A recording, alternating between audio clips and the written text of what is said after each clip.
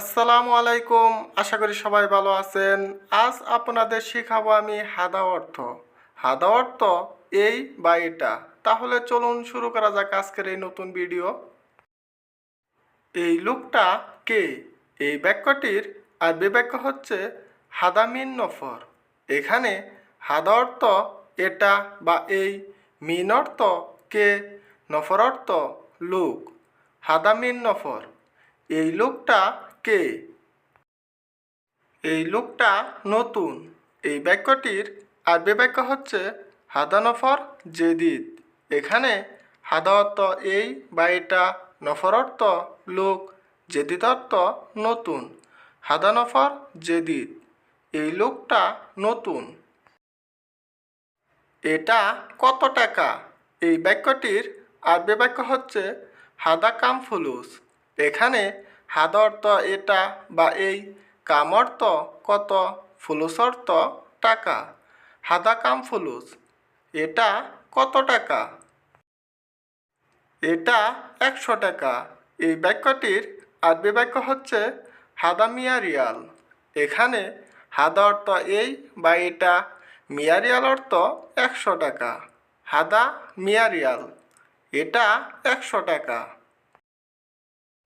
এই লোকটি আমার ভাই।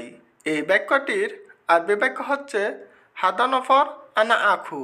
এখানে হাদা অর্থ এই, নফর অর্থ লোক, আনা অর্থ আমি, আখু অর্থ ভাই।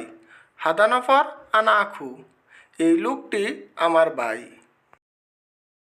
সৌদি এসেছে 7 দিন।